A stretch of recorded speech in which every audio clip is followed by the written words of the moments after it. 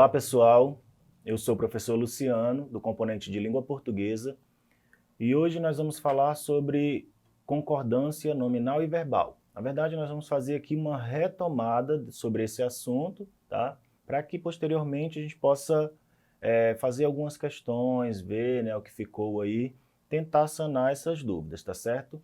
Porque essa aula vocês já viram aí em outras videoaulas, tá bom? Vamos lá? Então, acompanhe aqui comigo. Concordância nominal e verbal é a parte da gramática que estuda a conformidade estabelecida entre cada componente da oração. Enquanto concordância verbal se ocupa da relação entre sujeito e verbo, a concordância nominal se ocupa da relação entre as classes de palavra. Então, esses termos, né, que eu trouxe aqui, esse termo, ele vai tratar ali desse componente dentro daquela oração que vai fazer o quê? Uma organização, uma concordância ali entre cada palavra, para que nós não possamos ali escrever de qualquer forma, de qualquer jeito, tá certo? Então, na concordância verbal, nós vamos ter a relação ali do sujeito com o verbo, tá? Sempre vai ter essa relação aí entre o sujeito e verbo. Já na concordância nominal, nós vamos ter o quê? Essa relação entre as classes de palavras, tá certo? Entre o substantivo, o adjetivo, ali entre aquelas classes que vocês já conhecem, tá? Olha aqui esse exemplo. Nós estudaremos regras e exemplos complicados juntos. Nessa oração aqui, temos o quê? Dois tipos de concordância. Ao concordar o sujeito, nós, com o verbo estudaremos, estamos diante de quê? De um caso de concordância verbal. Deveria essa relação entre o sujeito nós e o verbo estudaremos, certo? Concordância verbal. Já quando os substantivos regras e exemplos concordam com o adjetivo complicados, estamos diante de um caso de concordância nominal. Então, nós temos ali palavras, tá? Substantivos, né, com regras e exemplos, concordando com complicados, que seria dentro dessa estrutura o quê? Um adjetivo, certo? Então, nós estudaremos regras e exemplos complicados juntos, tá bom? Essa é uma relação aí de forma mais simples, sucinta, para que vocês vejam melhor essas nomenclaturas aí dentro dessa frase, dentro desse texto, tá bom?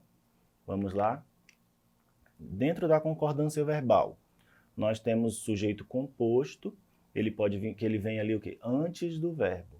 Quando isso acontece, quando o sujeito ele é composto e vem antes do verbo, esse verbo ele vai estar como? Ele deve estar como? Sempre no plural. Se ele vem antes do verbo, ele deve estar ali sempre no plural. Vamos ver aqui o exemplo.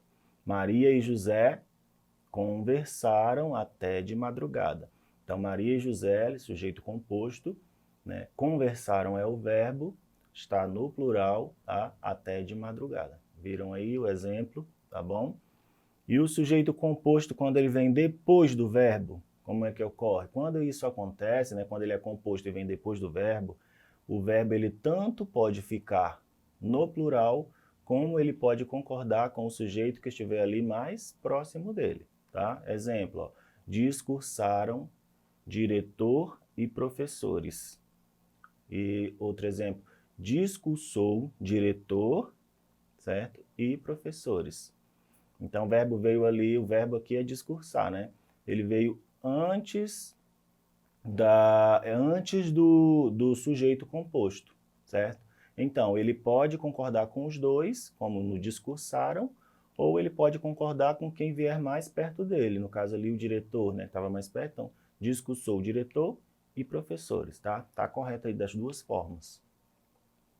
Vamos seguindo. E aqui, sujeito formado por pessoas gramaticais diferentes. Quando essas pessoas elas são ali diferentes. Quando eu falo de pessoa gramatical, nós estamos falando de quê? Vocês se lembram? Pessoas do discurso. Nós temos o eu, tu, o ele, o nós, vós, eles. Nós estamos falando dessas pessoas aí. Então, quando elas são diferentes, quando ele é composto, mas as pessoas gramaticais são diferentes, o verbo também deve ficar no plural. No entanto, ele concordará com a pessoa que a nível gramatical tem prioridade, ou seja, nós vamos ter ali uma hierarquia, uma ordem de prioridades. Aí vamos ver essa ordem. Isso quer dizer que a primeira pessoa, nós temos aí o eu no singular e o nós no plural, né?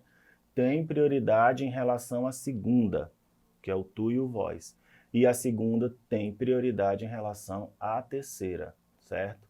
Então, nós temos aí na ordem mesmo que elas são elencadas ali, tá? Primeira, segunda e terceira. Dentro dessa ordem, uma vai ter prioridade sobre a outra.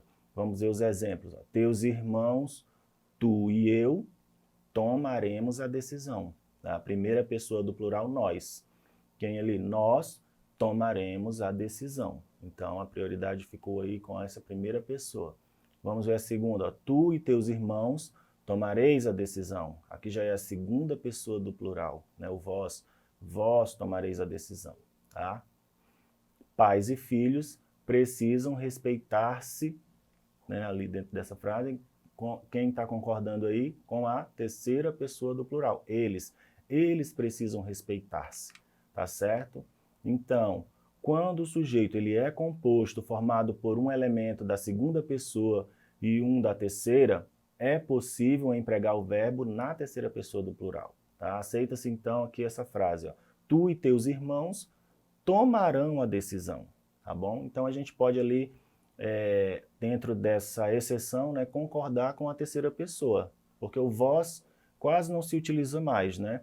Então ele vai concordar com a terceira pessoa. Ao invés de tomareis, vamos usar tomarão a decisão, tá certo? Vamos seguir. E a concordância nominal? São os adjetivos e um substantivo ali dentro daquela oração. Quando há mais do que um adjetivo para um substantivo, os adjetivos eles devem concordar em gênero, número com o substantivo. Se temos ali 2 adjetivos dentro daquela oração para um substantivo, eles têm que concordar, tá? Em gênero e número. Exemplo, adorava comida salgada e gordurosa, certo? Temos aí 2 tipos de adjetivos para essa oração, certo? Então ele tem que concordar ali, adorava comida salgada e gordurosa. Não posso pluralizar essas palavras sem fazer com que a frase seja toda de forma que concorde por inteiro, né? E substantivos e um adjetivo. No caso inverso, ou seja, quando há mais do que um substantivo e apenas um adjetivo, há 2 formas da gente fazer essa concordância. Quando o adjetivo vem antes dos substantivos, o adjetivo ele vai concordar com o substantivo que estiver mais perto dele, com o nome que estiver ali mais próximo. Tá? Quando falo de substantivo, estou falando ali de nomes, né? Linda, filha e bebê. Então, ele vai concordar, o linda ali está concordando com o mais próximo dele, o filha, certo? Outro. Quando o adjetivo ele vem depois dos substantivos, o adjetivo ele vai concordar com o substantivo mais próximo ou com todos eles, tá certo? Por exemplo, pronúncia e vocabulário perfeito, ou a gente pode colocar vocabulário e pronúncia perfeita, tá certo? Concordando ali com pronúncia, né? Ou pronúncia e vocabulário perfeitos, vocabulário e pronúncia perfeitos, tá certo? Ele está concordando ali de forma geral com a primeira expressão, tá? Se for no masculino, vocabulário perfeitos, né? Certo? Então vamos verificar aqui alguns exercícios para que a gente consiga aí visualizar isso dentro desse contexto aqui, tá? Vamos ver. Leia e analise as frases com relação às regras de concordância nominal. A moça e o rapaz sentaram-se na sala. Nós temos aí 5 frases, tá? E nós temos que observar o quê? As frases que têm essa relação com as regras de concordância nominal. Quais delas estão corretas? Observem aí, vejam. Né? Vou dar um tempinho para vocês pensarem. E aí? Quem respondeu? Letra D, estão corretas as frases 1, 4 e 5. Acertou, né? A moça e o rapaz sentaram-se na sala. A moça e o rapaz altos sentaram-se na sala. A moça e os rapazes altos sentaram-se na sala, certo? Porque aqui nessa frase 1 nós temos a moça e o rapaz, ou seja, eles sentaram-se ali na sala. Então o verbo no plural vai concordar com o sujeito no plural, certo? Já na frase 4, a moça e o rapaz, eles são o quê? São altos, né? Sentaram-se lá na sala. O adjetivo e o verbo no plural vão concordar com o sujeito ali no plural, tá? E na frase 5, a moça e os rapazes, eles são altos, né? Sentaram-se na sala. O adjetivo altos, no plural, vai concordar com o sujeito que também está no plural, os rapazes, né? Então, sempre ali nesse contexto aí, eles estão concordando com o mais próximo, né? Com o mais próximo dele, tá certo? Vamos ver aqui outro, ó. A ocorrência de interferências, aí nós temos ali embaixo, leva, levam, né? O que levam ou leva-nos a concluir que existe ou existem uma relação profunda entre homem e sociedade que os tornam mutuamente dependentes. E aí? Quais dessas letras aí vocês acham que está concordando melhor com esse texto? Vamos ver quem respondeu. A alternativa A respondeu corretamente. Por quê? Aqui no verbo, né, está concordando com o sujeito. A ocorrência leva. A ocorrência leva, não é a ocorrência de interferências levam-nos. Não, é a ocorrência. Ele está concordando com essa expressão, tá? Leva-nos a concluir que, e o verbo existir também deve concordar com o sujeito. Existir uma relação profunda existe. Então, o verbo existir ali vai concordar com o da frente. Uma relação profunda, que existe uma relação profunda, né? Mesmo acontece aqui com o verbo tornar, concorda com o sujeito, uma relação profunda que torna, certo? Uma relação profunda que torna, tá? Também vai fazer referência a essa expressão, uma relação, tá certo? Mutuamente dependentes. E aí a gente observa dentro desse contexto e tenta organizar a nossa frase. E no momento da leitura, a gente vê se cabe, né, se soou bem aos nossos ouvidos. E treinar, porque a gente só aprende esse tipo de estudo, né, de conteúdo, treinando, olhando, buscando mais exemplos, tá? Assinale a alternativa que completa corretamente as frases. Comentam-se ou comenta-se entre analistas políticos que se o governo manter ou mantiver ou manter-se, certo?